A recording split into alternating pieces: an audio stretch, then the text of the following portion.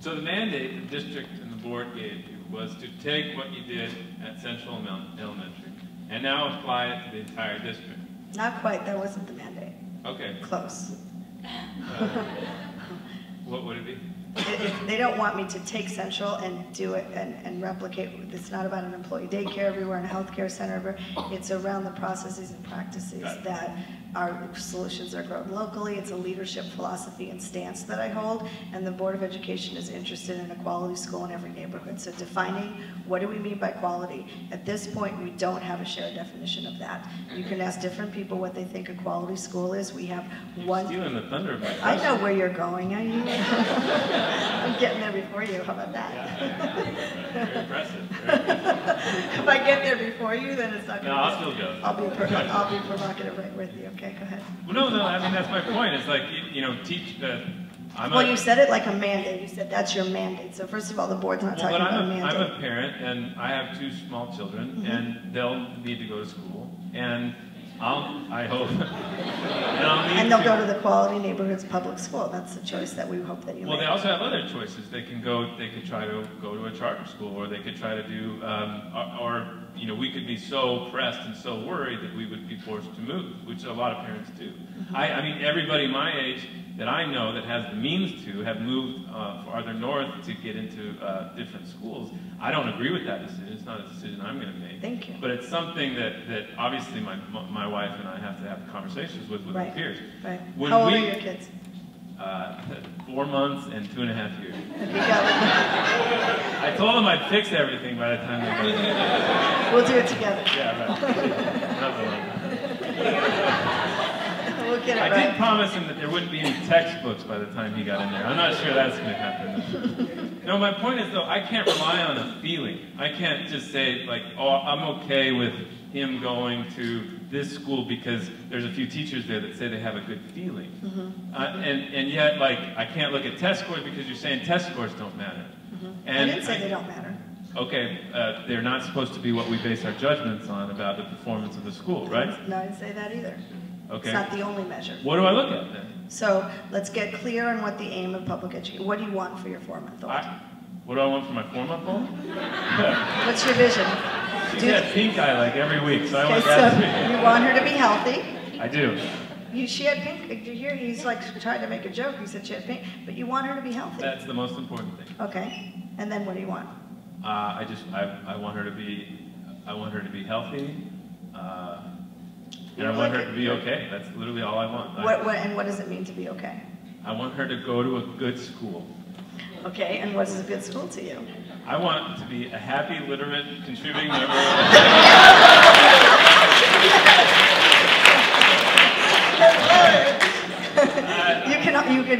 You're almost able to say it.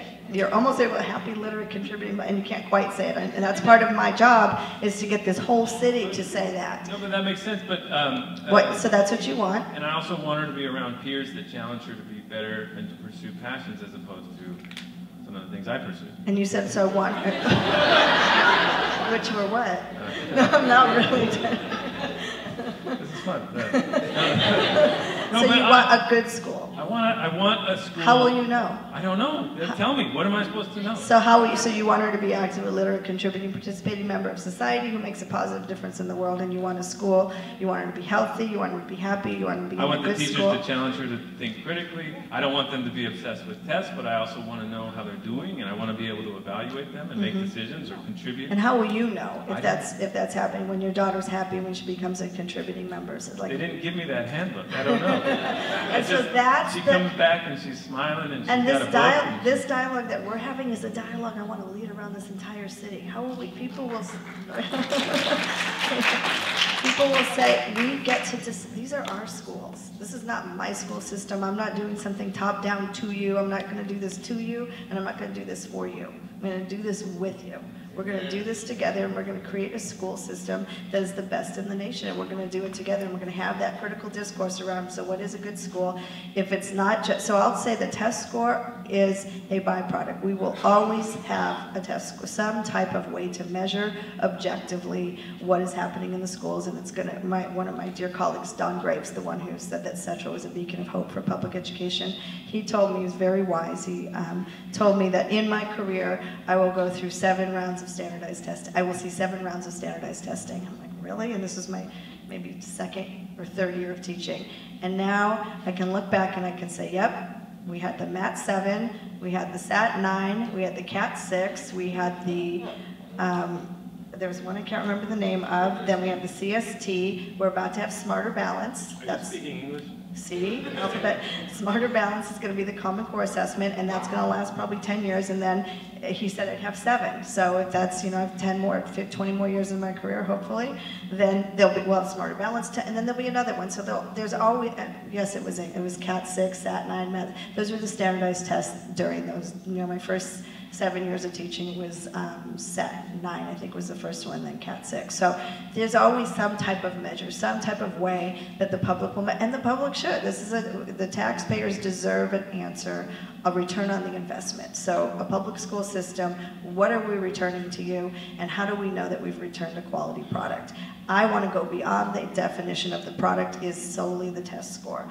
That's a byproduct. And so I will say the product is this actively literate, contributing, participating member of society who makes a positive difference in the world. How do you measure that? That's really wishy-washy. How do we know? We can say maybe the number of inmates goes down because an inmate is not a contributing member of society, people might argue, and somebody who, a contributing member of society could be a mom who stays home and raises her kids.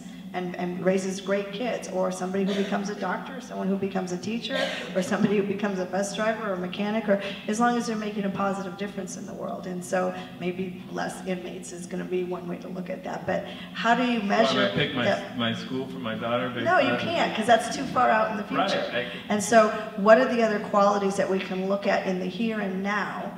You factor test scores in. That will be part of what we look at, a broad challenging curriculum, and that can be measured through test scores with the new, we do have an opportunity coming up in the next decade with the Common Core state standards. We're going to change the assessment system from the CST, the California Standards Test, to a Smarter Balance assessment. The name of it hopefully is indicating that we're going to be a little bit smarter, a little bit more balanced in the way that we test our children, because testing is not teaching. And how do we measure the learning that's happening, and how do we know when learning has occurred? And so using the Smarter Balance assessment system, there's a greater degree of rigor, and it's a performance-based assessment instead of bubble in. So that dialogue can change. But then some of the other indicators, what are some other indicators that I want to be able to put some markers in there? Well, a friend and I were talking, what if it were a combination, some kind of index with the community, Yeah. a parent evaluation, a student evaluation, test scores, Yes. And then some kind of index on graduation rates and other Right. things like that. So you guys are heading towards something like, well, I don't know like that, but... I like the idea of index and this concept of broaden the definition and put some targets in and put some measures in there. And so there's examples around the nation about how you do that. So some of the jargon is using multiple measures and not just one single measure. The dialogue then needs to be that we need to have as a community is what are those other measures that we would value? And if we're going to put multiple measures in, I'm not going to decide by myself what those measures are. I'm going to have broad-based conversation around what are the ways that we're going to measure a school that you want to send your 4-month-old to. That school is good, and you'll know it's good if we are able to show markers on multiple indicators in sort of an index. And I'm not going to say what those are because I don't want to decide them on my own. So when should parents expect some kind of... That's the dialogue that I've been hired to lead.